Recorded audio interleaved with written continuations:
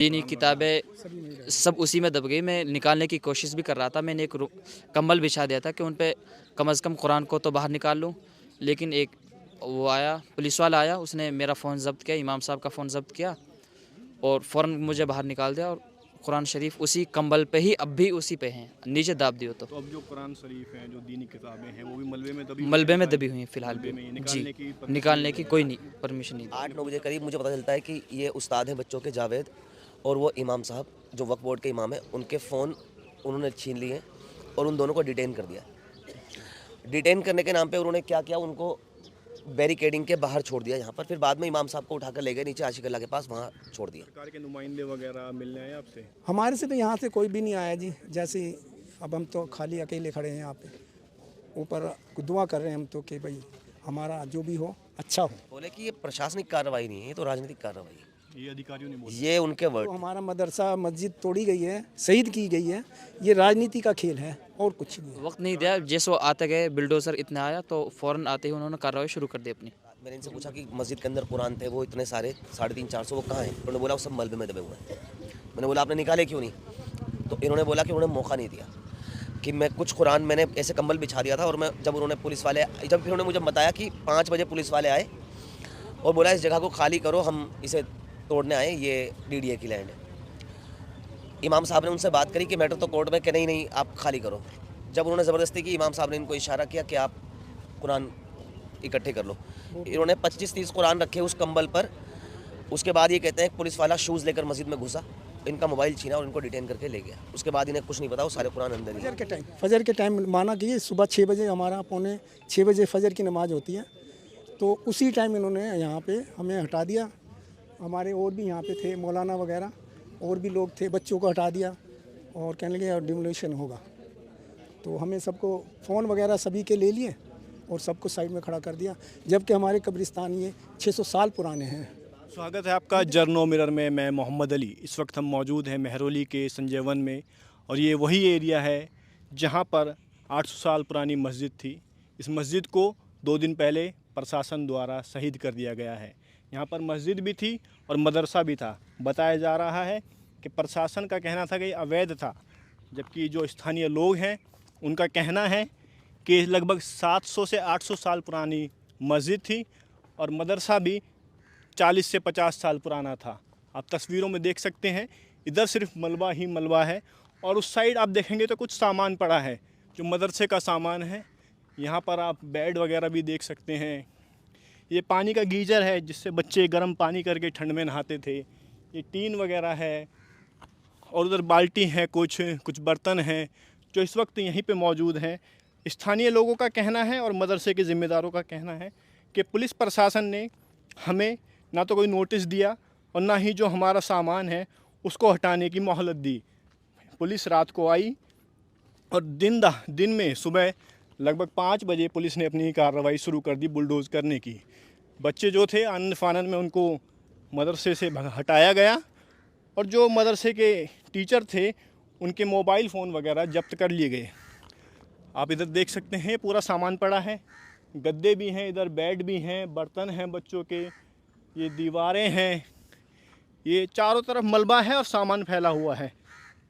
बताया जा रहा है कि इसी मलबे में जो धार्मिक किताबें होती हैं जैसे कुरान पाक, वो सब इसी मलबे में दबा हुआ है। पुलिस प्रशासन ने उसको भी निकालने की मोहलत जो होती है वो नहीं दी। आप उधर देख सकते हैं सारा सामान फैला हुआ है। कुछ भी इस वक्त नहीं लग रहा है यहाँ पे देख के तस्वीरों में कि यहाँ पे कुछ रहा होगा, बल्कि ये 40 से 50 साल पुराना मदरसा था। तो इस मदरसे के बारे में और मस्जिद के बारे में लोगों का क्या कहना है, तो आइए हम स्थानीय लोग हमारे साथ कुछ मौजूद हैं, उन्हीं से जान लेते हैं कि क्या था पूरा मामला, क्यों उस मदरसे को और मस्जिद को शहीद किया गया, क्यों दरगाहों को शहीद किया गया, और अब स्थानीय लोगों की क्या मांग है प्रशासन और सरकार से। परसों रात को ही यहाँ पे बैरिकेड वगैरह आ गए और सुबह के टाइम में मॉर्निंग में 5 बजे के बाद 6 बजे के बाद बुलडोज़र चालू हो गया यहाँ पे। सब लोग सोते रहे। जैसे ही सुबह फजर की नमाज़ पढ़ी तो देखा तो ये बुलडोज़र वगैरह यहाँ पे चालू करा दी। और फजर के टाइम माना कि सुबह 6 बजे, हमारा पौने 6 बजे फजर की नमाज़ होती है, तो उसी टाइम इन्होंने यहाँ पे हमें हटा दिया। हमारे और भी यहाँ पे थे मौलाना वगैरह, और भी लोग थे, बच्चों को हटा दिया और कहने लगे अब डिमोलिशन होगा। तो हमें सबको फ़ोन वगैरह सभी के ले लिए और सबको साइड में खड़ा कर दिया। जबकि हमारे कब्रिस्तान ये 600 साल पुराने हैं। ईदगाह हमारी 600 साल पुरानी है, अल्तमश साहब के टाइम की है, उन्हीं ने बनाया था ये ईदगाह। ईदगाह के पीछे कब्रिस्तान है हमारा, 600 साल पुराना है। तो ये कंडीशन है। और पूरी छावनी में पुलिस यहाँ पे आ गई थी।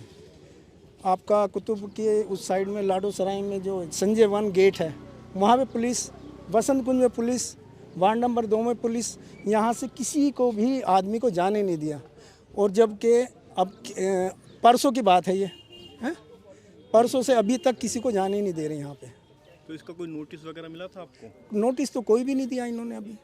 आप तस्वीरों में देख सकते हैं किस तरह यहाँ पर कुरान पाक पड़े हुए हैं।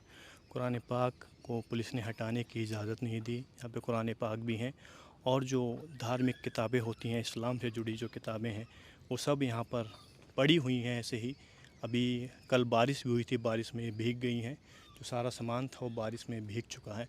कुरान पाक जो मुसलमानों के लिए बहुत ही अहम होता है, जो इस्लाम की सबसे बड़ी पुस्तक है, किताब है, वो यहाँ पर खुले में पड़ी है, कल बारिश में भीगी हुई है। ये आप तस्वीरों में देख सकते हैं, सामान सारा उल्टा सीधा यहीं पे बिखरा हुआ पड़ा है। पुलिस ने कुछ भी हटाने या निकालने की इजाज़त नहीं दी।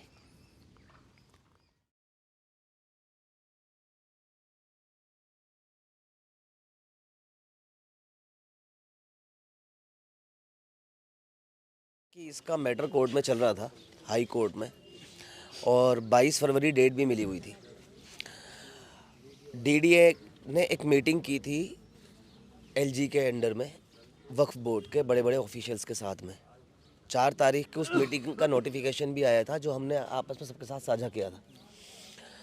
उस मीटिंग का पर्पस था to take permission to remove all the illegal religious structure from Sanjay one.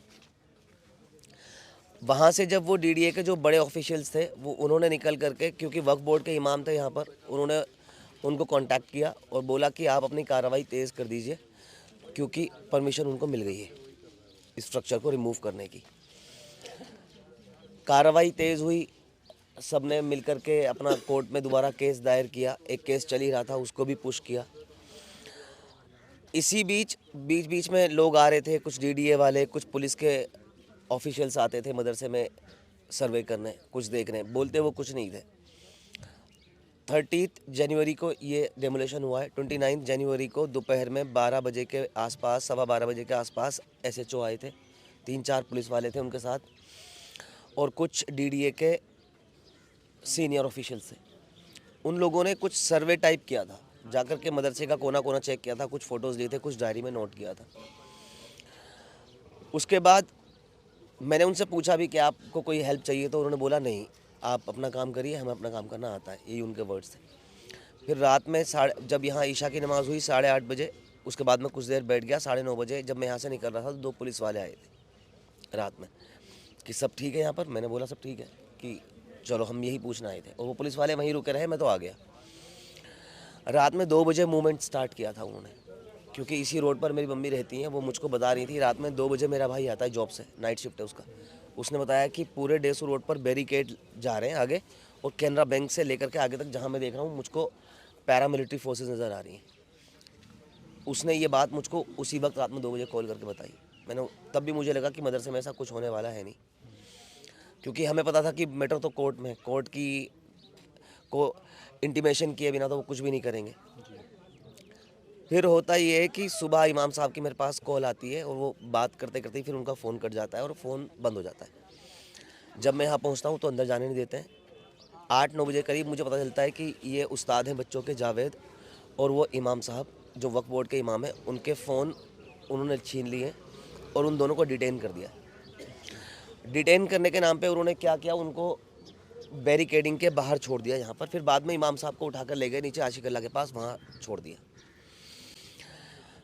वो उनको अलाउ नहीं कर रहे थे किसी को बात करने को, फ़ोन पर किसी से मिलना अलाउ नहीं कर रहे थे। बहुत कोशिश की, उसके बाद फिर इमाम साहब ने किसी ऑफिशियल का फ़ोन लेकर मुझे फ़ोन किया और बताया कि बच्चों ने कुछ खाया नहीं, कुछ खाना ले आओ।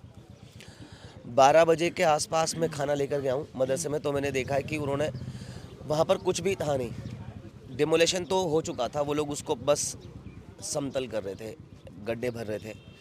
कब्रें सारी खुली हुई थी, मेरे पास उनकी वीडियोज़ हैं जो अब उन्होंने सारा ढक दिया है।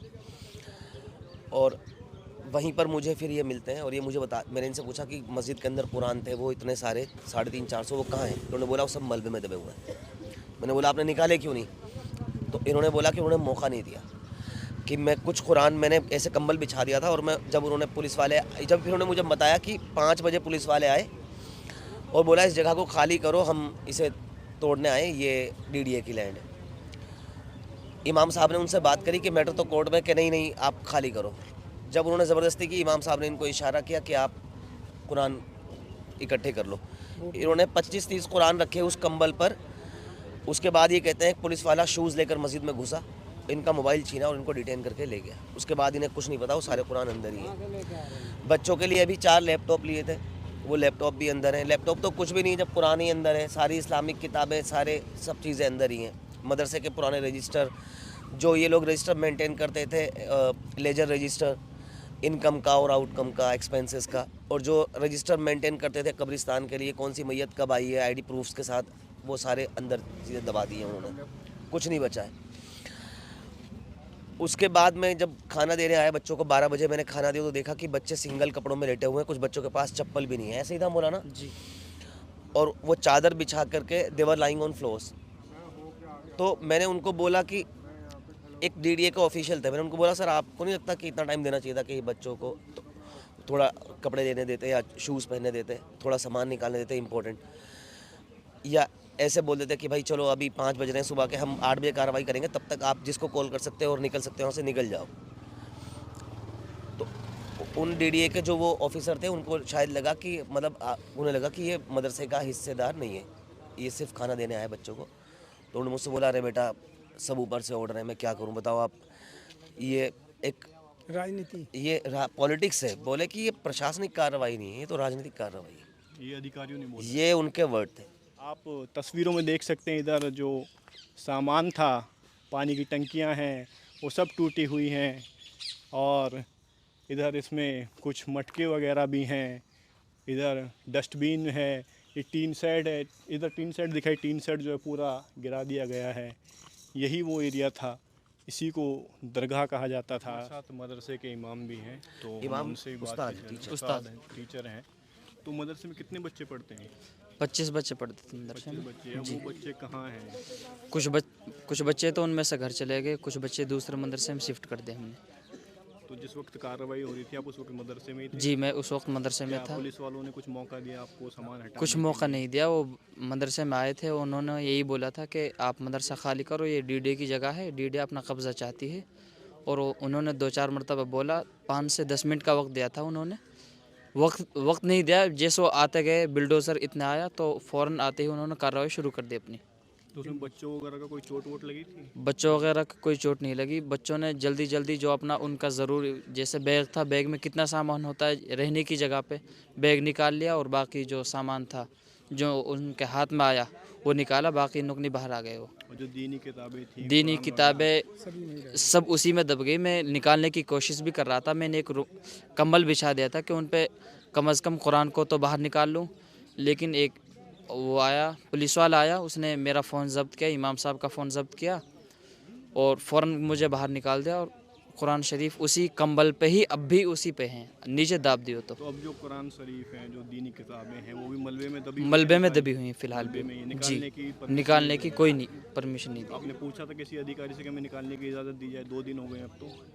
नहीं, वो सब मना कर रहे हैं कि अंदर जाने की कोई इजाज़त नहीं है, आप उससे बड़ा अधिकारियों से पूछो, एसडीएम से पूछो। एसडीएम के पास जाते तो वो बोलता कि मुझसे बड़ा अफसर से पूछो। अब अफसर कितने अफसर हो गए पता नहीं। तो अब आपकी मांग क्या है, डिमांड क्या है आपकी सरकार से? डिमांड यही है कि जो उसके अंदर सबसे बड़ी किताब जो कुरान शरीफ है उसको निकाला जाए और उसकी देखभाल की जाए।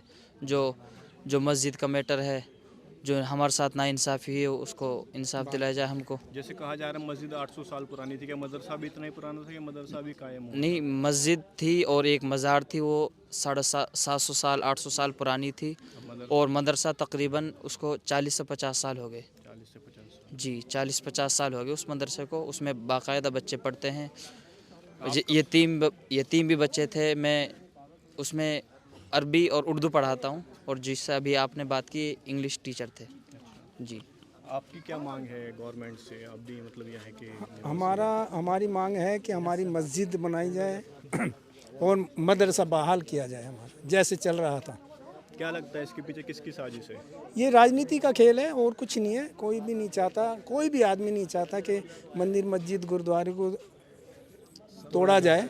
सबको अच्छा लगता है, पर ये जो हमारा मदरसा मस्जिद तोड़ी गई है, शहीद की गई है, ये राजनीति का खेल है और कुछ नहीं है। कोई सरकार के नुमाइंदे वगैरह मिलने आए आपसे? हमारे से तो यहाँ से कोई भी नहीं आया जी। जैसे अब हम तो खाली अकेले खड़े हैं यहाँ पे, ऊपर दुआ कर रहे हैं हम तो कि भाई हमारा जो भी हो अच्छा हो।